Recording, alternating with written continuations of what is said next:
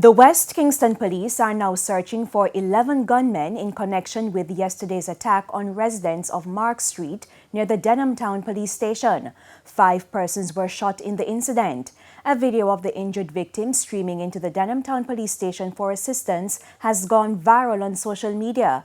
Head of the West Kingston Police, Senior Superintendent Michael Phipps, told our news center that an internal conflict involving members of the Shooters Hill gang led to the incident. He said the police are now conducting a series of operations in search of the men.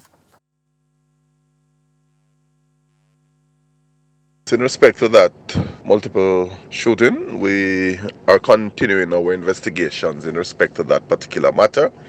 All of the persons have been released from the hospital, and we are actively pursuing the persons who were involved in that particular shooting. We have listed them as persons of interest, and we are requesting that them turn themselves in no later than 12 midday tomorrow. All the persons that are deemed connected to this incident, we are asking them to turn themselves in because our efforts to locate them have been somewhat futile.